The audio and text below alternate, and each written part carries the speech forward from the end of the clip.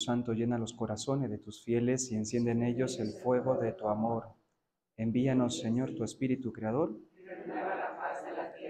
Oh Dios, que has iluminado los corazones de tus hijos con la luz del Espíritu Santo, haznos dóciles a tus inspiraciones para gustar siempre del bien y gozar de tu consuelo por Cristo nuestro Señor. Amén. Gloria al Padre, al Hijo y al Espíritu Santo. Amén.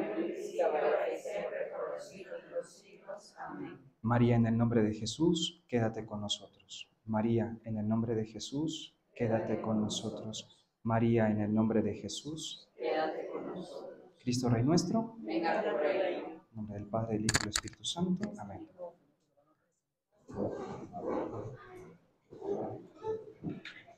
Buenos días. Creo que ya la mayoría conoce al Padre, pero de todas formas les voy a dar una pequeña semblanza. Él nació en Salta, Argentina. Entró a la Legión de Cristo el 5 de enero de 2004 en San Paulo, Brasil. Estudió Humanidades Clásicas en Salamanca, España. Tuvo sus estudios de filosofía en Roma, prácticas apostólicas como promotor vocacional en el sur de la Ciudad de México, estudios de teología en Roma, ordenación diaconal y sacerdotal en 2016, y es promotor vocacional en Centroamérica de 2016 al 2018 y director del ESID en la Ciudad de México del 2018 hasta la fecha. Bueno, entonces aquí lo dejo con ustedes. Bienvenido, Padre. Gracias. Sí, hay varios detalles ahí que no aparecen, pero no pasa nada. Así dicen, ¿y cómo surge todo esto de la teología del cuerpo? Surge en el 2014, estando yo en Roma, con una crisis gigantesca de sed de espiritualidad. Lo puedo decir abiertamente, siempre se lo digo a los jóvenes, ¿por qué no se los voy a decir a ustedes también? Esta crisis me provocó acercarme a la teología del cuerpo, porque la teología del cuerpo, ¿de qué habla? Del cuerpo, del amor humano, del plan de Dios sobre cada uno de nosotros. ¿Y dónde surgió esto? Estando yo en teología, daba catequesis en una parroquia todos los fines de semana.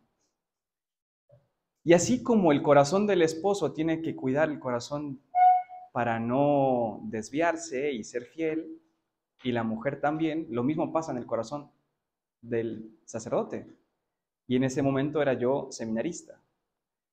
Y entonces, estando yo con el crucifijo, aquí enfrente, porque lo clavé a la altura del reclinatorio en mi habitación, y estando ahí, estaba yo, literal, no sé si les ha pasado, creo que a ustedes no, a mí me pasa seguir, así. Y el crucifijo acá atrás. De momento levanto la mirada y digo, ¿hace cuánto tiempo que no estoy rezando? ¿Qué estaba haciendo? Viendo si estaba en línea, si estaba conectada, si había visto mis mensajes, qué foto había posteado. Y volé a mi director espiritual y le cuento. Y me dice, está enamorado. Yo, ¿qué?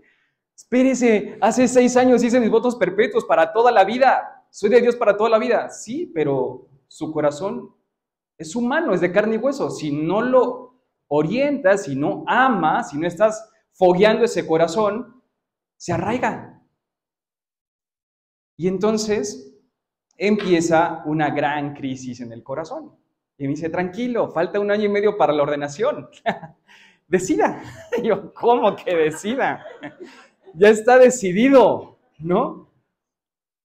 Y fue un momento de dejar las redes, dejar de ver a esta persona. Nunca se enteró, obviamente, esto fue entre mi director espiritual y yo, nadie más se enteró. Adelgacé muchísimo, no podía estudiar, en las noches me agarraba ansiedad y salía a caminar por el seminario, 1, 2, 3 rosarios, tirarme en el jardín, ver las estrellas y llorar, decir, ¿qué pasa en mi corazón? Llamar a las 12 de la noche a mi director espiritual y que voy por usted, estaba a 10 minutos en otra casa. No, solo escúcheme. Y ante esa crisis aparecen de repente 2 eventos importantes para mí. unos compañeros, 250 personas en el seminario, y de repente aparece un alemán y un venezolano que casi nunca hablaba con ellos. Vamos a empezar la consagración de la Virgen de los 33 días. ¿Te animas? Y yo, sí, sediento de espiritualidad. Y ahí le dije a la Virgen, si yo me ordeno sacerdote, es por gracia tuya. Y aquí estamos. Y lo segundo fue la teología del cuerpo. Conocí a Amor Seguro, un curso, una fundación, que habla de la teología del cuerpo, que se las recomiendo mucho. Están sacando su nueva página, es de la familia Bringas. Lorea Bringas, Sergio, tiene una historia. Están sacando ahora un libro de la historia de Sergio, ya se los cuento al final, pero no es lo importante en este momento. Soy muy cercano a la familia. Y en ese sillón de ese curso, me acuerdo era un sillón azul, y mi corazón estaba tan revuelto que no se lo había contado a nadie, y necesitaba contarlo. Entonces agarré a Lorea y le dije, esto es entre tú, la Virgen y yo, y ahí te va, ¡pum! Y fue la primera vez que lo abrí. Dijo, perfecto, estás en el lugar correcto, porque la teología del cuerpo habla sobre el amor humano, lo que experimentás, lo que sentís, y hacia dónde lo vas a dirigir. Es mi primer encuentro con las catequesis de Juan Pablo II. Voy a dar unas pinceladas de Juan Pablo II y un poquito de la introducción a las catequesis, que son, le llamamos nosotros, 2 trípticos, ¿sí?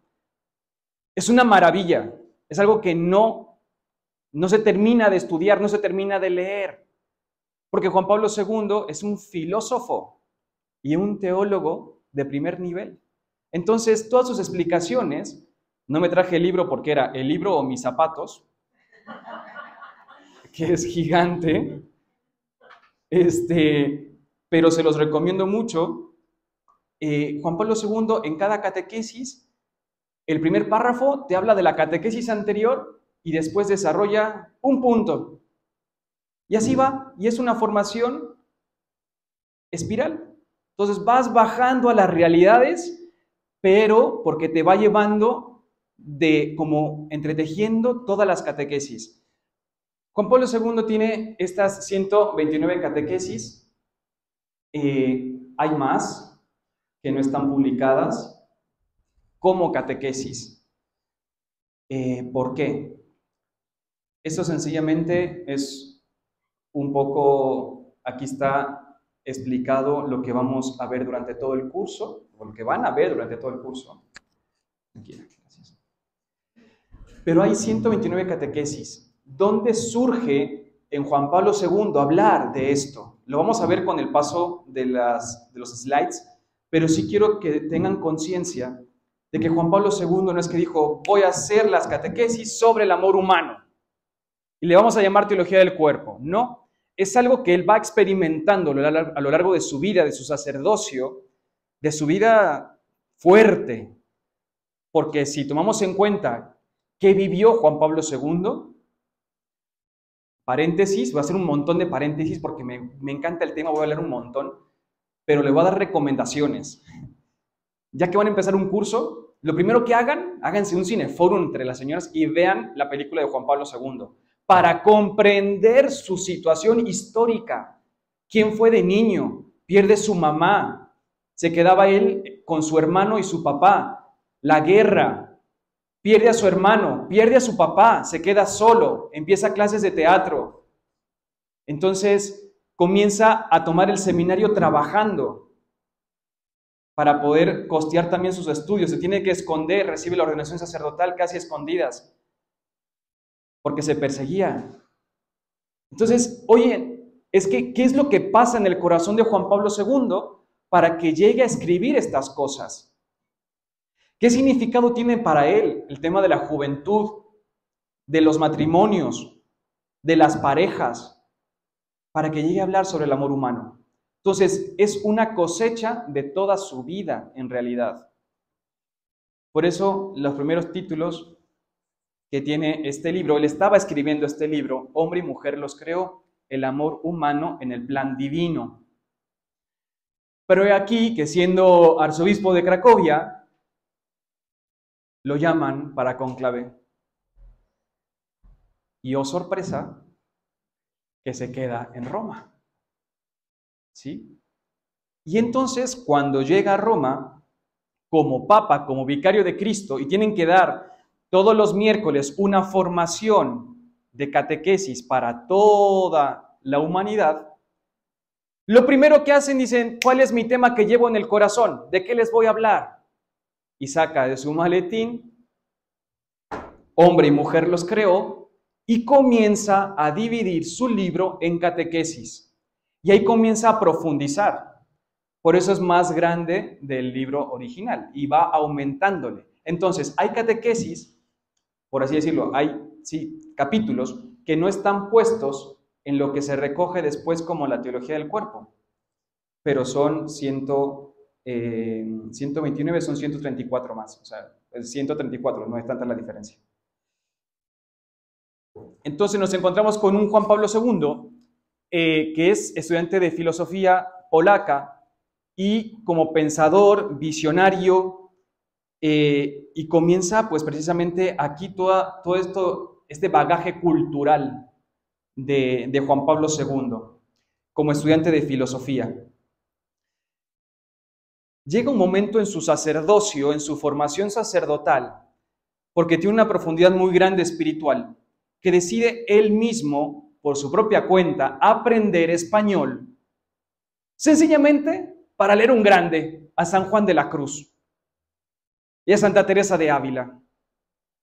Entonces se pone a estudiar español para poder entender los escritos de este grande, o sentir el instante de la nada, el instante antes de la creación, y no abandonarlo nunca, como no se abandona la propia sombra, etc. Ahora voy a llegar a un texto en sí de Juan Pablo II, de poeta. ¿De dónde le viene esta vena poética y profunda espiritualmente? De San Juan de la Cruz y de Santa Teresa de Ávila. Nada más para que lo tengan en cuenta. O sea, cuando dices, es que estoy bien seca espiritualmente, váyanse a San Juan de la Cruz. Es un pozo hermoso, profundo. Como profesor de ética, se acerca hacia el valor de las personas, ¿sí? Y ahí va a comenzar a forjar el libro Persona y Acción.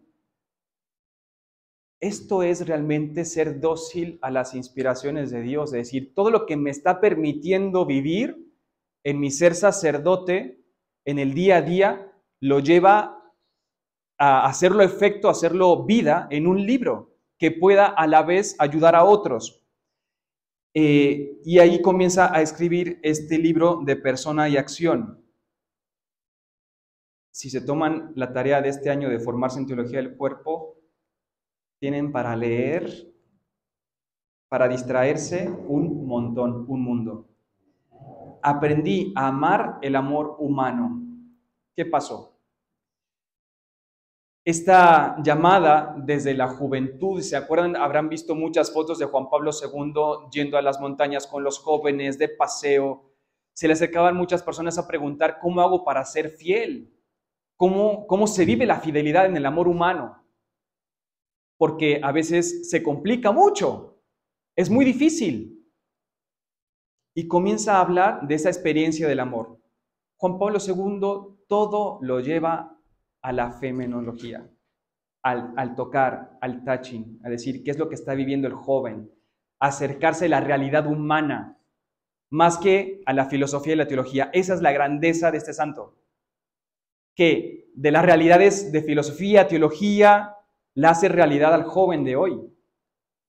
Y aunque sea difícil a veces de demostrarlo, de decirlo con palabras,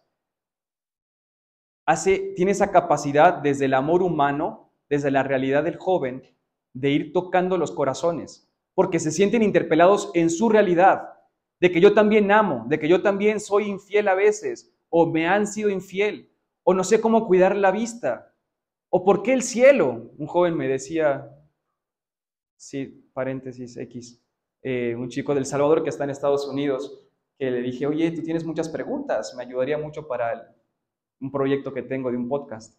Y me dice, sí, la gran pregunta es la que siempre le hago. ¿Cómo va a ser el cielo? Y yo, bueno, vea un curso de teología del cuerpo, porque es todo un tema específico en el tríptico. Ya vamos a llegar ahí. De la importancia de los jóvenes, comienza a desarrollar precisamente, este es el Papa de la juventud. Les habrá tocado a muchos. A mí me tocó su muerte casi prácticamente cuando entré al seminario, 2004. Pero imagínense todas las JMJs. ¿Por qué precisamente? Porque veía una necesidad en el joven y quería ser cercano a Dios para el joven. Recordarán Chile. ¿Cuál es la frase del Papa en Chile a los jóvenes? No tengan miedo. ¿Sí? Y lo dijo desde el primer día de su pontificado. Es lo más importante para él. Y desde estas experiencias escribe todo lo que él es y ha visto. Amor y responsabilidad, otro título de un libro de Juan Pablo II, para que lo puedan aprovechar. Tenemos otro, Cruzando el umbral de la esperanza. Les puedo dejar, si quieren, después los slides aquí a Mayoli, sobre todo por los códigos QR que hay, que en realidad no es el libro en sí, te lleva a Amazon para que puedas comprar el libro. No recibo nada, pero bueno, facilitar la vida. Esto es de todos, ¿no? Entonces es más fácil cuando ya te lo dan cocinadito y dices, aquí está. Cruzando el umbral de la esperanza. El cambio, ¿no? La reforma que hay en la iglesia, que le toca a Juan Pablo II, pues comenzar a llevarla a la práctica. Y de esto tenemos un poquito más de 50 años del Concilio Vaticano II. Entonces, es el Papa que le toca hacer ese intercambio entre la iglesia de antes y la iglesia actual y los retos que vienen. Y desde Pablo VI ya se veía el tema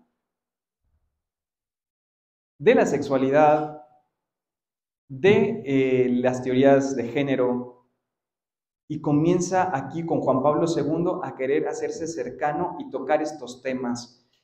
Por eso en el libro de Cruzando el umbral de la esperanza, que va tocando estas claves también de las metas en el siglo que viene y en el que estamos ahora. Amor y responsabilidad, ya hablamos de él. Y aquí algo bien bonito y bien importante, que para Juan Pablo II, y aprendí mucho de él, el tema de la paternidad. Si realmente, siempre lo pienso así, si realmente eres un buen cura, buen sacerdote, es porque ibas a ser un buen papá, de dedicarte, de entregarte, ¿sí? De sacrificarte por los demás. Y es la experiencia que muchas personas han tenido con Juan Pablo II.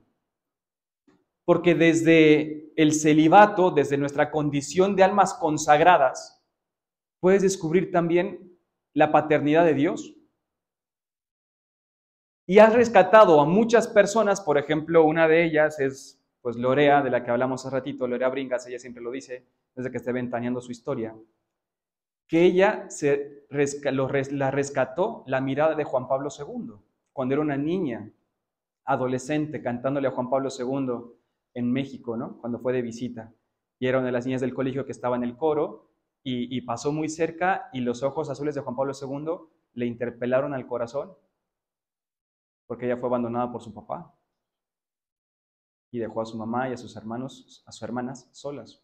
Entonces siempre hubo esa carencia de paternidad y en Juan Pablo II, en esa ocasión, interpeló tanto su corazón que comenzó a leer y a formarse y a conocerlo, que la rescató en su ser hija, porque es uno de los temas cruciales para Juan Pablo II.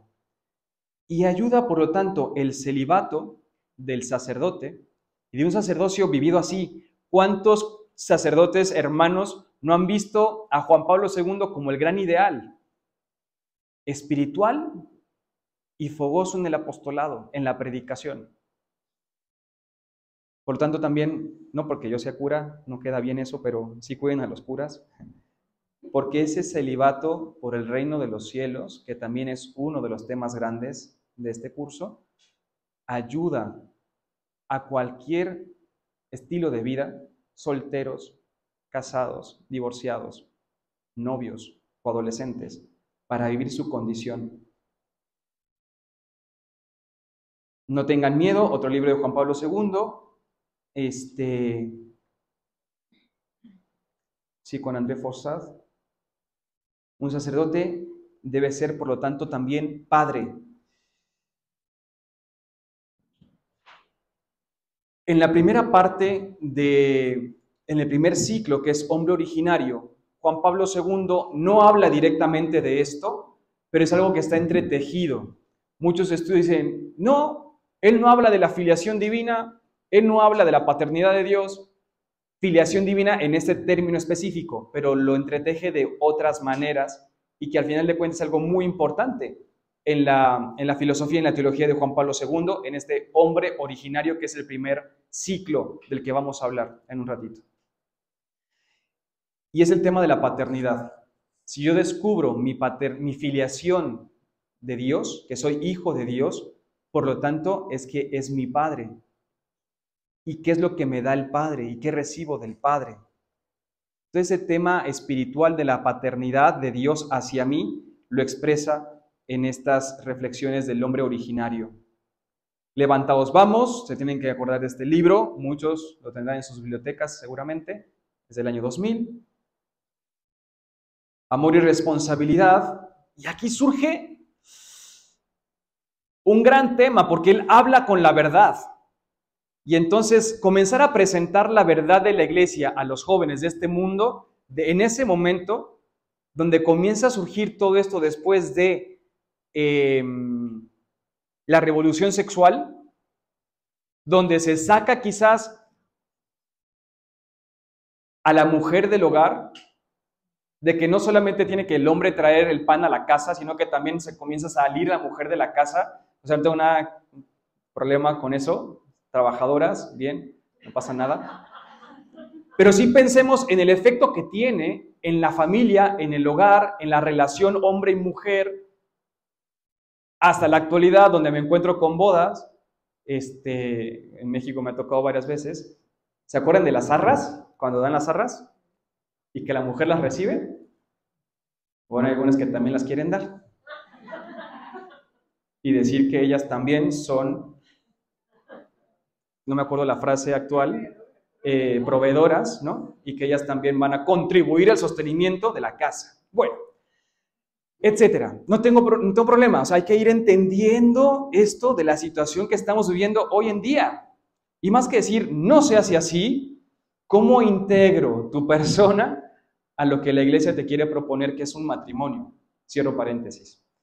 Pero el tema de la revolución sexual y esa división y comparación y quizás hasta pequeña guerra de hombre y mujer, yo traigo más, tú traes más, tú no estás con los niños, tú los tienes que cuidar, me toca a mí cocinar, tú tienes que limpiar, etcétera. Y comienza esa división y comparación, cuando en realidad estamos llamados a la comunión. Revolución sexual. Y yo hago con mi vientre lo que yo quiero y puedo alquilarlo, no pasa nada si tenemos hijos. Ya ven lo que pasa en Europa, tienen poquitos hijos. No queremos tener hijos, disfrutemos de uno del otro. Entonces, esta revolución sexual que comienza a llamarle la atención a Juan Pablo II y comienza a escribir Amor y Responsabilidad. Posteriormente, ahora llego a esto,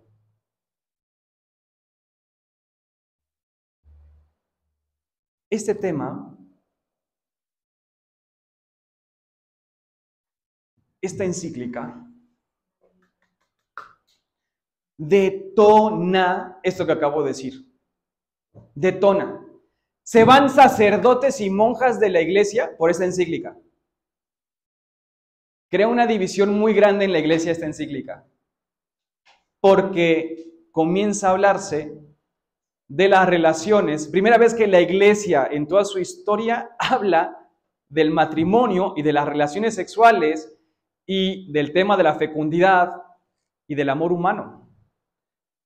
Entonces sale la iglesia de la sacristía para meterse a hablar. Dices, ¿por qué viene a hablar del matrimonio y de una relación sexual cuando te toca estar allá adentro en la sacristía y hablar de lo sagrado? Es que aquí en el matrimonio, en la relación sexual, hay algo sagrado. Si no, ¿por qué se termina el sacramento? No hay sacramento sin el acto. No me quiero adelantar ni quiero como adelantarme en los temas, pero es símbolo de la Trinidad. Los dos son una sola carne, como la Trinidad es una. Y cuando lean después Tobías y Sara, el libro de la Biblia, van a ir descubriendo esto que acabo de decir, de somos una sola persona.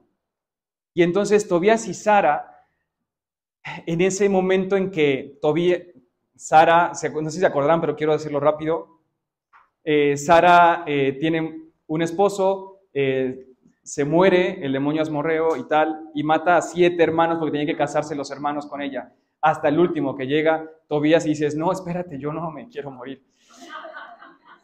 Y entonces, sencillamente rezan antes de tener relación matrimonial. Entonces se arrodillan los dos, pide uno por el otro y no pasa nada. En esa relación donde entra Dios a formar parte de la alcoba nupcial, cambia totalmente la visión de la sexualidad. Porque es Dios quien permite a través de esa unión dar vida. Ya no es solamente de que, nos vemos, nos conocemos, tenemos relaciones y te vas. ¿Qué viene a hacer la iglesia? Decir, oye, espérate, para que no rompas tu corazón, para que no tengas problemas, custodiamos esto que es el amor humano de una relación. Ten presente que Dios, Trinidad, está queriendo dar vida a través de ese acto. No eres solamente tú, no tienes la capacidad para darlo, es Dios que lo quiere dar a través de ti como un don. Y por lo tanto ese acto sexual es sagrado. Pero cuando no se descubre la sacralidad del acto, del sacramento, por eso quisieron elevar a sacramento, se vive como se vive. Me adelanté a la revolución sexual.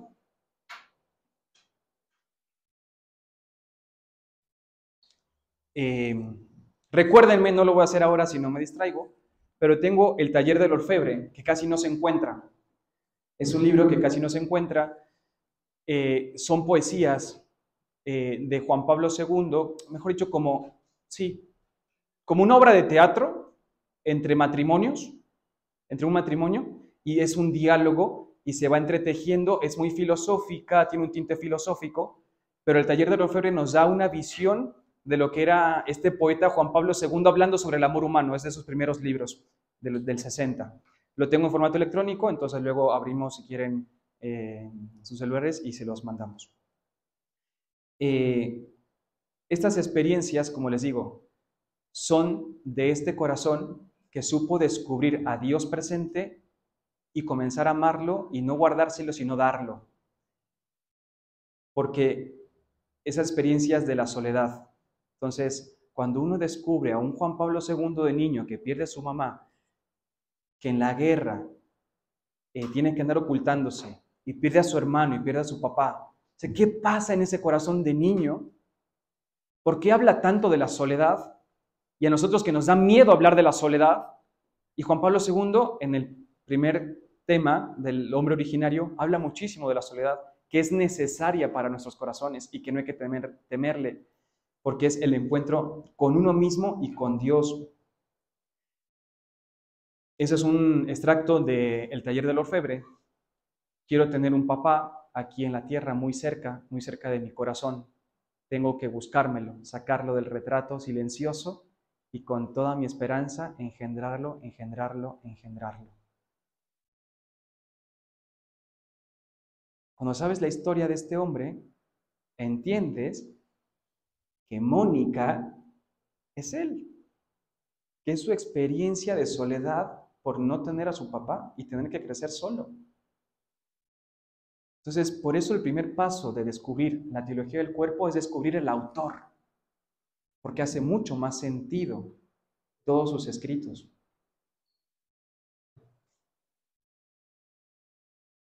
Gaudium et Spes, Concilio Vaticano II, y entonces aquí empieza Juan Pablo II a tomar fuerza. De hecho, Gaudium et Spes es una de las encíclicas dadas, escritas en el concilio, pero se habla de que tiene la mano y la tinta de Juan Pablo II y Benedicto XVI en sus momentos, ¿sí? Los dos grandes que hemos tenido después como papas y vicarios de Cristo.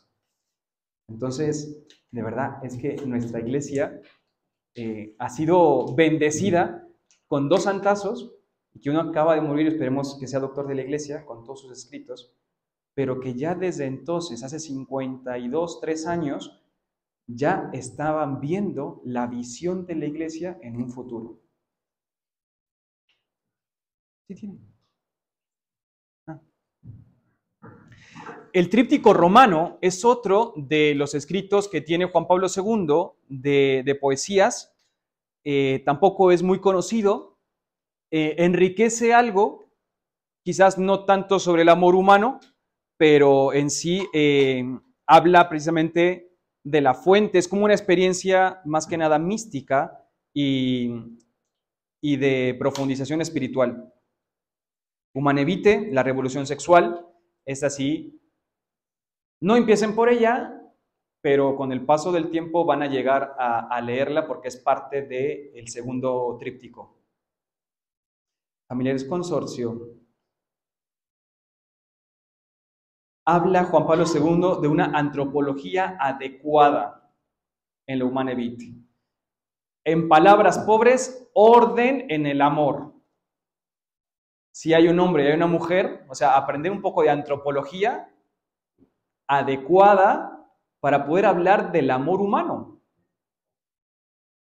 Porque si no, sí se comienza a desvirtuar de que lo que vivimos en el mundo de hoy, de que no pasa nada si eres lesbiana, no pasa nada si eres homosexual. A ver, ¿cuál es el orden? Yo se los hacía a los chicos hace tiempo, cuando me dedicaba a estar en los salones de clases, aunque no sean colegios católicos, decía, ¿qué es? 2 más 2 son 4, ¿ok? Y un hombre y una mujer igual a tener un hijo, ¿no? Un bebé sale de esa suma. Y un hombre y un hombre no sale nada. O sea, ¿te das cuenta que no tiene finalidad? Es solamente egoísmo. Bueno, aprender una antropología adecuada para poder hablar al joven de hoy sobre la teología del cuerpo. Teología del cuerpo. En ese sentido, habla el término de trabajo, de la redención, ¿sí? La teología es el estudio de Dios y por lo tanto el estudio de Dios dentro del cuerpo humano. Si somos creados a imagen y semejanza de Dios, como dice el Génesis 1 y 2, pues entonces en ese cuerpo humano hay un reflejo del amor de Dios. Por eso vamos a estudiar lo que tenemos más cerca de nosotros, que es nuestro ser, para descubrir a ese Dios creador, a ese Dios que da la vida dentro de nosotros mismos, porque somos imagen y reflejo de Él. Entonces, ¿en dónde le estamos errando para descubrir a Dios en los demás? Si al final de cuentas nuestro Señor nos termina dando 2 mandamientos que dicen, simplifica la vida, amar a Dios y amar al prójimo. Entonces, si no estamos descubriendo a ese Dios ni siquiera en nosotros mismos, ¿cómo vamos a pretender encontrarlo en los demás? Estudiar la teología del cuerpo es eso. ¿Dónde está Dios en esto que somos? Y no se queda en el libro, sino lo maravilloso de la teología del cuerpo, lo que puedes lograr es bajarla a la realidad. Y cuando te sientes a conversar con tu ser querido, con tus hijos, con tu esposo, cuando puedas verlo a los ojos y verte reflejado. De hecho, en uno de los retiros tenemos esta dinámica, los ponemos de frente, varón y mujer, se agarran de la mano y dices, búscate en el ojo, en la mirada del otro. Y ¡ay, qué pena! Y miras para todos lados y no sales de la dinámica hasta que estén concentrados viéndose a los ojos y no se conocen. Y encontrar en la pupila del otro tu reflejo y se ponen a llorar. Porque te ves reflejado en el otro.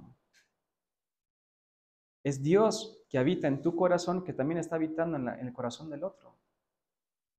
Y comienza una oración de perdón. Te pido perdón, comienza el hombre con la mujer, por todos aquellos hombres que pasaron por tu vida y no supieron verte como reflejo de Dios. Por aquel hombre que te... Entonces una oración y después la mujer al hombre. Es esto la teología del cuerpo. Descubrir qué hace Dios en nosotros y qué está haciendo en el corazón de los demás. Antropología, ética, sexual y antropología filosófica. Ese es el método de Juan Pablo II para hablar en estas catequesis. Por eso no es tan sencillo. Lo único que les pido, si van a comenzar a estudiar teología del cuerpo, es que vayan a las fuentes. No se vayan al librito que habla de teología del cuerpo, al librito del autor que me explica las catequesis. No. Váyanse a la fuente. Y después de leer la fuente, el libro para sujetar la puerta de tu casa, después de leer la fuente, podemos agarrar a un autor, porque ese autor va a hablar del testimonio que fue la teología del cuerpo para él. Este método te va a ser pesadísimo. Por eso nuestro querido Papa, el primer párrafo, te habla de la catequesis anterior para que no pierdas el hilo y te vuelvas a meter en el tema. Y te explica una pincelada de ese tema.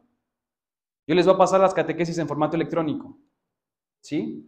Ya tienen la fuente, al menos de las primeras 3 del primer tríptico, del hombre originario, histórico y escatológico. Entonces, no coman ansias, es precioso, pero no se me desanimen y vayan a la fuente. Hagan círculos de estudio, ¿sí? Yo estoy teniendo un círculo de estudios ahí con algunos chicos en línea, con Mau Morales, para que se vayan formando en esto, en predicadores de teología del cuerpo, los mismos jóvenes. Solo les digo 3 cosas: que te guste leer, que tengas tiempo para leerlo y que te guste también en algún momento darlo, porque para eso los estoy formando, no para que lo guarden. ¿Sí? La experiencia del joven universitario: agarra la comida y dice, no, para mañana, y se queda una semana. Cuando vuelven a abrir está podrido. Digo, no quiero que pase eso con la teología del cuerpo. No es algo para que vayas a guardarlo, es para que lo des. Revelación. Habla de lo que Dios revela a mi situación actual y presente.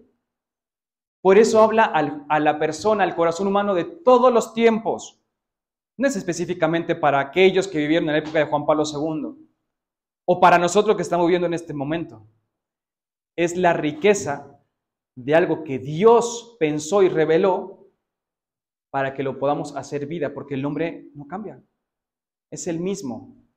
¿Se acuerdan de la dureza del corazón de Moisés? Lo van a ver en el hombre originario.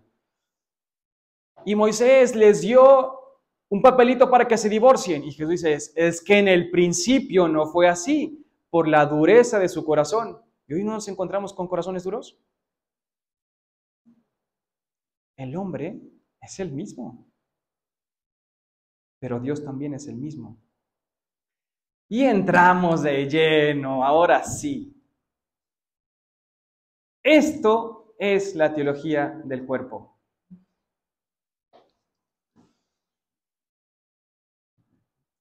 Esta parte del tríptico, creo que tengo otra. No. La parte 1 de qué significa la persona humana. ¿Te acuerdan cuando les decía la antropología adecuada? Comienza un poquito de esto, como la presentación, y aquí comienza lo fuerte. Este le llamamos el tríptico, primer tríptico, y es el segundo. Hombre originario, desde el principio. Cristo apela al principio del hombre, lo que les acabo de decir precisamente, lo de Moisés, el capítulo de Moisés. ¿Sí? Pero en el principio no era así, y comienza a explicarles a los fariseos cómo era en el principio. Los creó hombre y mujer y tal. En este hombre originario van a encontrar experiencias fundantes de la vida del hombre, como la soledad, la unidad y la desnudez. No desnudez concebida desde nuestro concepto humano actual, sino la desnudez del corazón, que se abre a Dios. El hombre histórico, que la redención del corazón apela al corazón del hombre, nuestra propia historia, nuestras caídas, nuestras miserias, cómo el hombre se va alejando de Dios, todo esto en el hombre histórico. Y el hombre escatológico es lo que más me encanta y es mi tema, el cielo. Quizás me gusta darlo porque nadie tiene experiencia, solo Jesús. Pero es de lo más bonito porque es hacia donde tendemos todos, hacia ahí vamos a terminar todos y te crea la incógnita de cómo va a ser. A ver, vamos a leer de dónde conocemos, de dónde sabemos cómo es el cielo. La única persona y lo único que se habla es de Jesucristo, que puede comer, que puede atravesar paredes, que puede estar aquí y puede estar allá, y hay un cuerpo glorificado.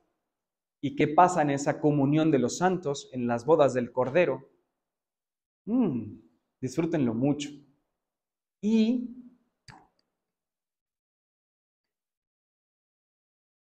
este es un tema que casi no se habla. Cielo, infierno, purgatorio, que a veces nos cuesta predicar mucho. ¿Y saben qué pasó entre estas catequesis cuando Juan Pablo II tenía que comenzar a hablar del cielo? Se tuvo que esperar unos cuantos meses, porque fue su atentado. El día de la plaza de San Pedro, cuando fue atentado Juan Pablo II, iba a empezar con el nombre escatológico. Iba a empezar a hablar a la humanidad del cielo, de que estamos hechos para ahí, no para este mundo.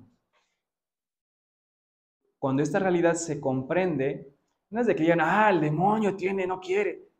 Sí, no. O sea, no quiero suponer cosas, pero qué fuerte de que cuando pierdes el horizonte hacia dónde vas, te enfocas en vivir el ahora.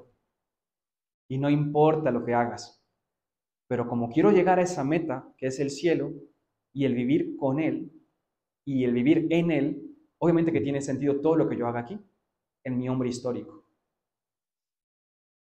Y la segunda parte de la teología del cuerpo, Juan Pablo II unificó estas dos cosas: el hombre escatológico y la virginidad cristiana, los que son consagrados por el reino de los cielos, porque esta vocación específica de servicio y de amor te habla precisamente de un cielo eterno, ¿sí?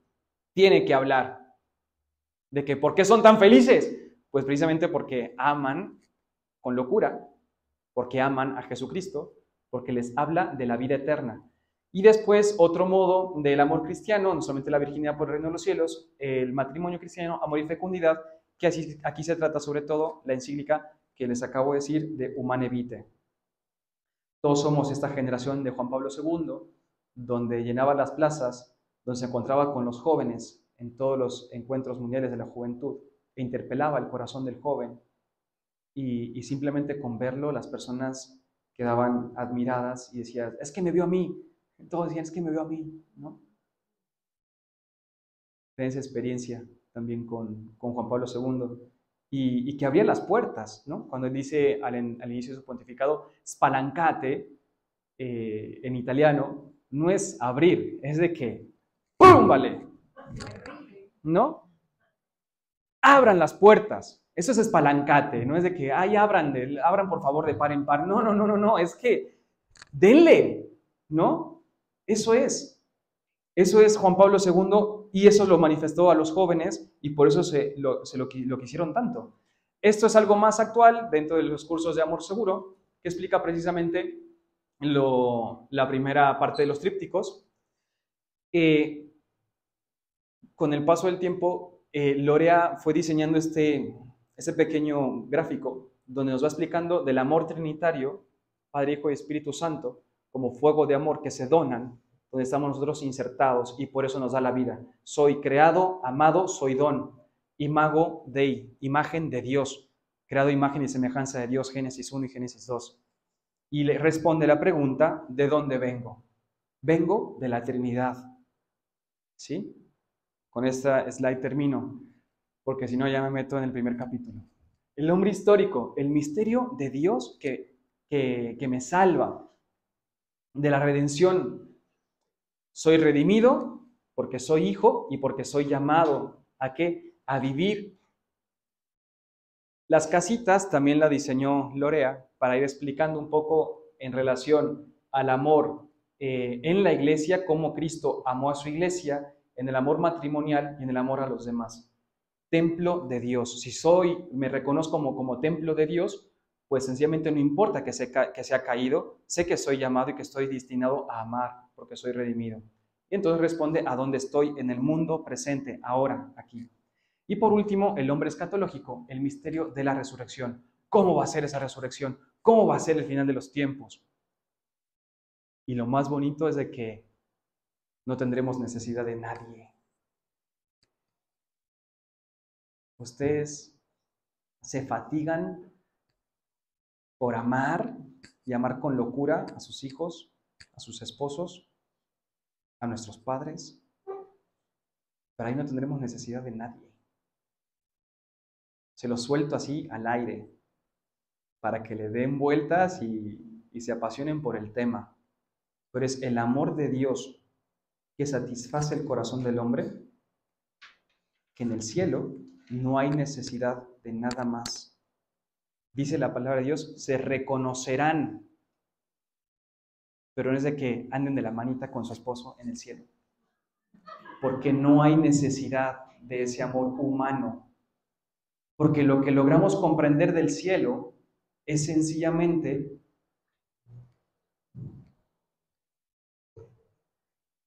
¿esto de cuánto es? ¿Quién sabe? 240. ¿Puedo poner medio litro aquí? No cabe. Imagínate la experiencia de querer comprender el cielo con 240. ¿No? No cabe. Y es una experiencia que no nos va a caber porque comprendemos al modo humano que yo digo silla aunque sea roja y yo digo silla aunque sea de madera, porque estoy comprendiendo al modo humano, pero una realidad eterna que es espiritual. Tengo que espalancar mi mente para comprender al modo divino qué es lo que el Señor me tiene preparado en el cielo, donde nos vamos a reconocer, pero ya no tengo necesidad de tu amor humano, porque el amor de Dios lo invade todo y lo tengo todo con Él, también a ti, incluido en ese amor humano. ¿Sí? Esa es la belleza del hombre escatológico. Pero bueno, aquí, ¿a dónde vamos? Y mi gran deseo en este tema cuando lo doy es de que surja un deseo de cielo, de que quieras estar ahí, de habitar ahí, de que no tengas necesidad de nada más en este mundo, sino de comprenderlo y tenerlo solo a Él. La verdad, esto es un poco lo que les quería compartir de esta introducción a la teología del cuerpo. Creo que les di bastante bibliografía. Les voy a mandar a través de Mayoli sean las catequesis, los primeros, tríptico, ¿sí? De catequesis, todas las catequesis en orden para que las puedan trabajar. Sí, son unos apuntes que tienen a los lados espacio para que puedan ir escribiendo ustedes cuando las vayan leyendo. Y el libro del taller del orfebre, que ese está bien difícil de encontrar. Y nada, de verdad, muchas gracias. Buen inicio con este tema que les tiene que apasionar el corazón. Y vayan poquito a poquito. No se quieran empachar a la primera. ¿Va? Bendiciones. Gracias. Gracias por invitarme.